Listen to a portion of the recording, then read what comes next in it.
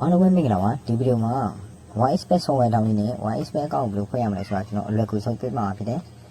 ဒါဆိုရင်ကျွန်တော် YSpace application ကိုဒီတောင်းရမှာဖြစ်တဲ့အတွက်ကျွန်တော် Chrome browser ထဲကိုရှင်းဝင်မယ်ဒီရှင်းပါလေးမှာ YSpace application လေးကိုရိုက်ချလိုက်ကြ YSpace application ကိုရိုက်ချလိုက်ပါပြီးတော့ပေါ်လေးနည်းနည်းဆွဲနေလိုက်ပါဒီ free YSpace free.com ဆိုတာကိုရှင်းဝင်မယ်ဒါဆိုရင်ကျွန်တော်တို့ဒီမှာ YSpace application ကို download လုပ်လို့ရပြီပေါ့နော်ဒီမှာ download လုပ်လိုက်ရပြီကြဒါဆိုရင်ကျွန်တော်မှာ download ဖြစ်တဲ့အတွက်ကျွန်တော်ပြထည့်လိုက်မယ် YSpace ကောက်ကိုဖွင့်မှာဆိုရင်ကျွန်တော်တို့ YSpace ကောက်ထဲတစ်ချက်ဝင်မယ်ဒီနေရာမှာခဏလေးတော့စောင့်ပေးမယ်ကျွန်တော်မှာ line ရတင်ကောက်ကြောင်းနည်းနည်းလေးတော့စောင့်ပေးရတယ်ညာဒီမှာကျွန်တော်တို့တွေ့ရမှာကကျွန်တော်တို့ login and register ကိုတွေ့ရမှာဖြစ်တယ်ကျွန်တော်တို့က account ဖွင့်မှာဖြစ်တဲ့အတွက် register ထားလို့ချက်ဝင်မယ်ပြီးတော့ဒီပေါ်ကမိုးချိုးသွားပုတ်လေးနဲ့ work rate ရှင်းနေမယ်နေပြီးတော့ဒီပေါ်ကအပေါ်မှာကြာတော့မြန်မာဘာမီကိုယူပေးလိုက်ပါဒီ promo code ဆိုတာကကြာတော့ဒီ promo code မှာကြာတော့ဒီ KK ကိုရောက်ထည့်ပေးလိုက်ပါဗျဒီလိုထည့်ပြီးပြီဆိုရင်ဒီအောက်ကလေးထောက်ခွဲလေးမှာအမှန်လေးချက်ပေးလိုက်ပါပြီးတော့လည်း register ကိုချက်ထည့်နေပေးပါဗျဒီနေရာကိုရောက်ပါလို့ရှိရင်ကျွန်တော်တို့ကဒီမှာပြထားတဲ့ပုံလေးကိုကျွန်တော်လည်းရွှေ့ပေးလိုက်ပါရွှေ့ပြီးတော့ကျွန်တော်လောက်လိုက်ပါတော့ဒါဆိုရင်ရပြီပေါ့နော်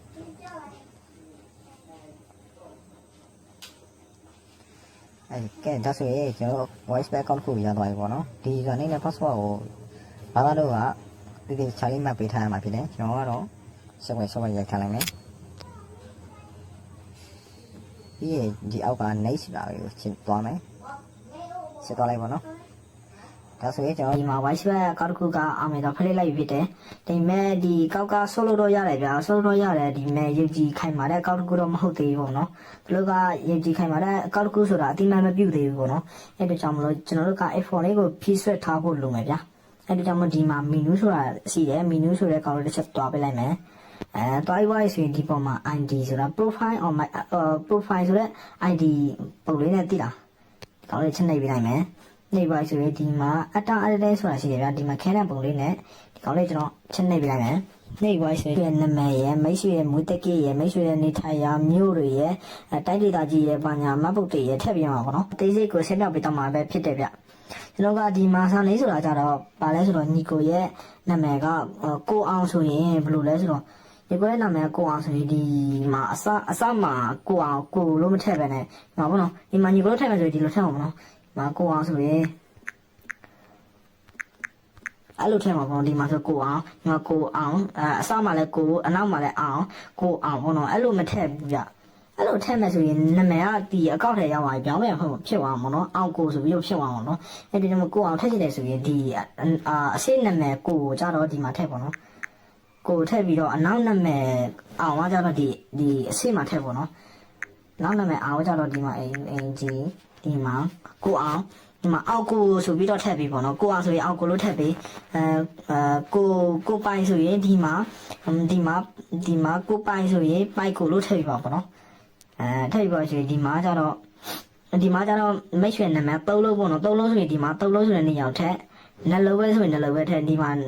3လုံးဆိုရင်တော့3လုံး2ယောက်ထက်နှလုံးပဲဆိုရင်ဒီနေရာတစ်ခုပဲထည့်မယ်ဒီကားကြတော့ထက်ကြအောင်လို့ပေါ့နော်ပြီးတော့ဒီမှာ date of birth ဆိုတာကြတော့ဒီမှာညီကိုရဲ့မွေးတက်ကိတ်ကိုပြောတာဖြစ်တယ်ဗျညီကိုရဲ့မွေးတက်ကိတ်ကဘယ်လောက်မှမွေးရလဲပေါ့နော်ကျွန်တော်မွေးတဲ့လောက်ကိုကျွန်တော်ထည့်ပေးရမှာဖြစ်တယ်ဗျထည့်ပြီးသွားဆိုရင်ဒီအောက်မှာကျတော့ညီကဘယ်မြို့မှာမွေးရလဲပေါ့နော်ကိုမွေးတဲ့မြို့ကိုထည့်ပေးရမှာဖြစ်တယ်ဗျညီကိုတို့ကရန်ကုန်မှာမွေးရဆိုရင်ရန်ကုန်လို့ပဲထည့်ပေးပါဗျ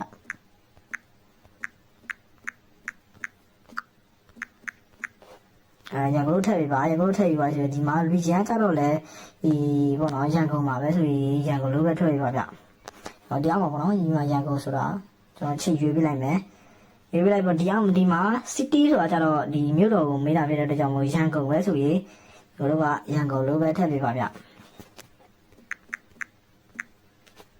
ဒီမှာရန်ကုန်ပေါ့နော်ရန်ကုန်လို့ထည့်ပြီးပါ city တိုင်းရန်ကုန်ပဲ region တိုင်းရန်ကုန်ပဲပေါ့နော်ရန်ကုန်ကလမ်းကြတော့သူကလမ်းတရားမှာကျတော့လမ်းကိုမေးတာဖြစ်တယ်ဗျ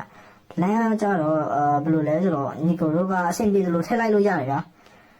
ရန်ကုန်လိုပဲထည့်ပေးလိုက်မယ်ဗျာနော်ရန်ကုန်လိုပဲထည့်လိုက်လို့ရတယ်ဗျာရန်ကုန်လိုပဲထည့်ပေးပါဆိုဒီအမှ document try ဆိုတာကြတော့ညီကိုကဒီကောက်ကိုဘာနဲ့ဖွင့်မှာလဲပေါ့နော်ဘာနဲ့ဖွင့်မှာဒီမှာကျတော့ driving license ဆိုတာကြတော့ကားမောင်းလိုက်ရှင်ပေါ့နော်ဒီမှာ NRC ဆိုတာကြတော့မှတ်ပုတ်တယ်ပေါ့နော်ဒီမှာမြန်မာ passport ဆိုတာကြတော့ဒီနိုင်ငံကူးလက်မှတ်ပေါ့နော်ဒီမှာညီကိုတို့ကဒီမြန်မာနိုင်ငံသူတွေကကြတော့မှတ်ပုတ်တွေကကြတော့ရှိကြတယ်ဗျအဲ့ဒီကြောင့်မလို့ကျွန်တော်တို့က NRC မှတ်ပုတ်တွေဆိုတဲ့အလဲအကောင်လေးချင်းနှိပ်လိုက်မယ်အဲ့ဒီပါဆိုဒီအမှကြတော့မှတ်ပုတ်တွေရဲ့အရှင်းနှစ်ပတ်ပေါ့နော်ဥမာရန်ကုန်ဆိုရင်စနစ်မီဆောင်ပေါ့နော်စနစ်ကိုထည့်ပြီးတော့ဒီမှာနောက်ပုတ်တွေအနောက်နှစ်ပါ6လုံးပေါ့နော်6လုံးထည့်ဒီမှာ6လုံးထည့်ပြရမှာဖြစ်တယ်6လုံးထည့်ပြီးတော့ဒီမှာနောက်ပုတ်တွေထုတ်ဝေတဲ့ရစ်ဆွဲပေါ့နော်ညီကိုရဲ့နောက်ပုတ်တွေကိုက2020ဘလောက်မှာ2021မှာထုတ်ဝေတာလားနေ့မှာထုတ်ဝေတာလားဒါမှ2018မှာထုတ်ဝေတာပေါ့နော်ဒီမှာကျွန်တော်ဥပမာနည်းပဲလုပ်ပြပေးလိုက်တာပေါ့နော်မိတ်ဆွေရဲ့မဟုတ်တွေထုတ်ဝေတဲ့ရေးဆွဲထပ်ပြီးပါဆိုရင်ဒီမှာကျတော့ဒီမဟုတ်တွေပေါ့နော်ဒီအောက်ဆုံးမှာပေါ့နော်အောက်ဆုံးမှာထည့်နေရမှန်းဟာကျတော့ဒီမဟုတ်တွေကိုသူကထုတ်ပေးတာလဲပေါ့နော်ဒီမြန်မာဆိုရကနေထုတ်ပေးတယ်ဆိုရင်တော့မြန်မာကာပါမင်းလို့ရိုက်ထည့်ပေးပါဗျ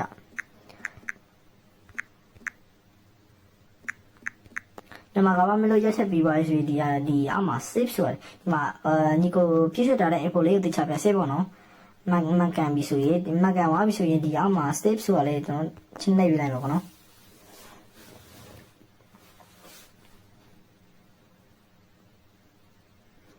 ဒီမှာ okay တော့ပေါ်ပါဆိုရင် save ပြီးသွားပြီဗျာဒီပါဆိုရင်မရှိရဲ့ချက်လက်တွေကဒီမှာပြည့်စုံထားပြီပေါ့နော်ဒီမှာကိုအောင်ဆိုတဲ့နာမည်လေးနဲ့ပြီးသွားပြီဆိုရင်ညီကိုတို့ဒီမှာပေါ့နော်ဖုန်းနံပါတ်လိပ်ဆိုတာရှိတယ်ဗျာဒီဖုန်းနံပါတ်ဆိုတဲ့ဖုန်းနံပါတ်လိပ်ဆိုတဲ့ကောင်လေးကျွန်တော်ချင်းနှိပ်လိုက်မယ်နှိပ်သွားဆိုရင်ဒီမြန်မာနိုင်ငံညီကိုမြန်မာနိုင်ငံမှာနေတာပေါ့နော်မြန်မာနိုင်ငံနေတယ်ပြည်တော်ကြောင့်မလို့ဒီမြန်မာကုတ်က95ဖြစ်တဲ့အတွက်ကြောင့်မလို့ဒီရှင်းမှာ95လို့ထပ်ပြီးပြီးသွားပြီပေါ့နော်ထပ်ပြီးသွားပြီဆိုရင်ဒီမက်ရွှေရဲ့နံပါတ်က39နဲ့စတယ်ဆိုရင်39လုံးမြိုက်ထည့်ပဲနဲ့ရှင်းကနေပြီးတော့6လုံးနဲ့ခံပြီးရိုက်ထည့်ရမှာဖြစ်တယ်ဗျဥပမာဆိုရင်ဒီမက်ရွှေနံပါတ်က39ဆိုရင်39လုံးမထည့်ပဲနဲ့ရှင်းနေပြီးတော့6လုံးထည့်ပြီးတော့ဒီစာစစ်တီပေါ့နော်စာစစ်တီနံပါတ်ကိုထည့်ပေးရမှာဖြစ်တယ်ဗျထည့်ပါဆိုရင်ဒီအောက်မှာ lip ဆိုတာရှိတယ်ဗျကျွန်တော်တို့က lip ကိုနှိပ်လိုက်ရမှာဖြစ်တယ်ဗျlip ကိုနှိပ်လိုက်ပြီဆိုတာနဲ့မက်ရွှေရဲ့ဖုန်းနံပါတ်ကိုကုတ်ကြလာလိမ့်မယ်ဗျကြလာတဲ့ကုတ်ကိုဒီမှာသူထက်ခိုင်းတဲ့ကုတ်နေရောက်သွားနိုင်မယ်ဗျထက်ခိုင်းတဲ့ကုတ်နေရောက်သွားပြီဆိုရင်ဒီဖုန်းနံပါတ်ကိုကြားလာတဲ့ကုတ်ကိုဒီကုတ်နေမှာထည့်ပေးလိုက်ဆိုရင်မက်ရွှေအကောက်ကခိုင်မာရုပ်ကြီးခိုင်မာတဲ့အကောက်တစ်ခုဖြစ်သွားပြီနော်ခုဆိုရင်ဒီမှာကိုအောင်ပေါ့နော်ကိုအောင်ဆိုတဲ့အကောက်တစ်ခုရောက်သွားပြီဒီကိုတို့ကငွေတိုင်းပြီးတော့ဆော့ကစားလို့ရပါပြီဗျာရုပ်ကြီးတဲ့ခိုင်မာတဲ့အကောက်တစ်ခုရောက်သွားပြီဆိုတော့ရုပ်ကြီးနဲ့ဆော့ကစားလို့ရပြီဆိုတဲ့အကြောင်းကိုလည်းသတင်းအောင်ပါလိုက်ပါတယ်